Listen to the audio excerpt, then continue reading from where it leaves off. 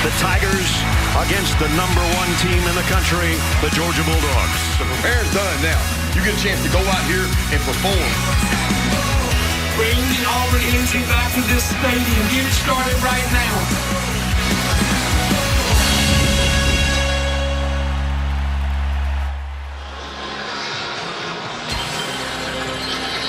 And with that, the 128th renewal of the Deep South's oldest rivalry. The home crowd of 88,000 set to welcome their Tigers.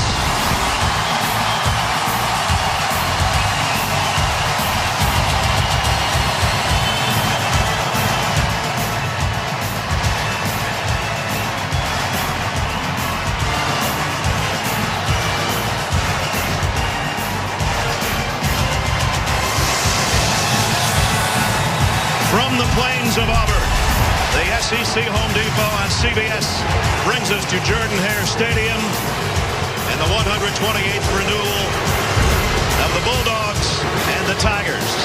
I think this crowd is ready. Welcome, everybody, with Gary Danielson and Jenny Dell. I'm Brad Nessler. They played the first one in 1892 at Piedmont Park in Atlanta. Auburn won that one. We weren't there for that one. A lot of people think we might have been. They do. But over the years, we've done a lot of them. We've seen some crazy things in this matchup. You know, Ness, I love coming here because there are games that are hard to forget, and then there are games that's hard to believe what happened out there. No doubt. We spend a lot of time every week, it seems, talking about quarterbacks. Right. And we can't avoid that today because there's some uncertainty on both sides for very different reasons. Yeah, let's start with Georgia. Carson Beck has been growing into his job. Obviously, the undefeated #1 team, but he has yet to go on the road in the SEC. And this is going on the road in the SEC.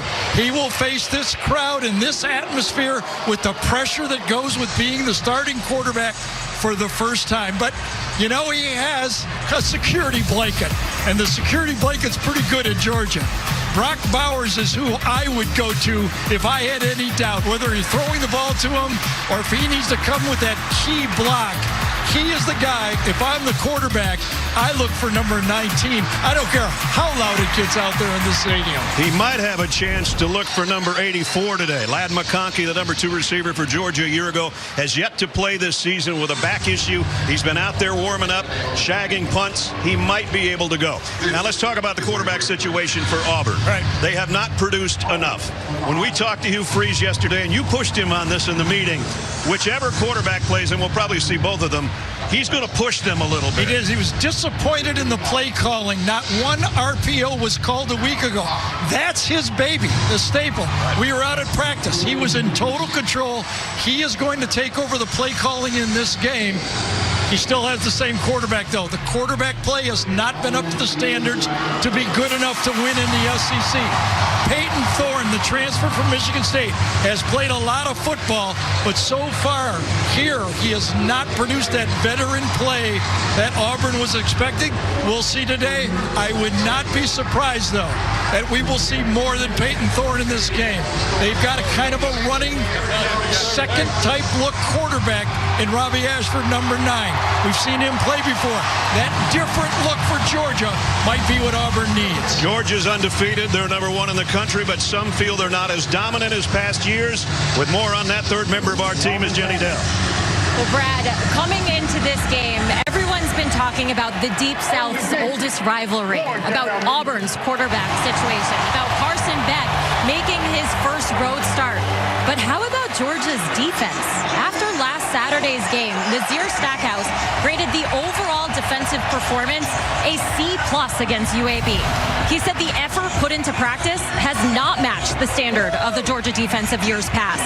He told me the concept of defense wins championships is lost on this team and that they need to bring it back, that their talent and their physicality isn't in question, but the mental aspect of being connected and composed, that needs work. So today, we're going to see how this group rises to that challenge in this hostile environment. And guys, the tone has been set and changes are expected. Well, they are still 10th in the country, only giving up 11 points a game. But when their players start saying, we're not playing to our standard, you know they're going to turn it up a notch against their rivals from Auburn. 86 degrees, partly cloudy, and the 128th get-together. Actually, the road team has the advantage. In this case, Georgia leads the all-time series by 7 victories. The whole city's been cranked up since Thursday. Now it's time to play ball. And Auburn will bring it out to the 25-yard line.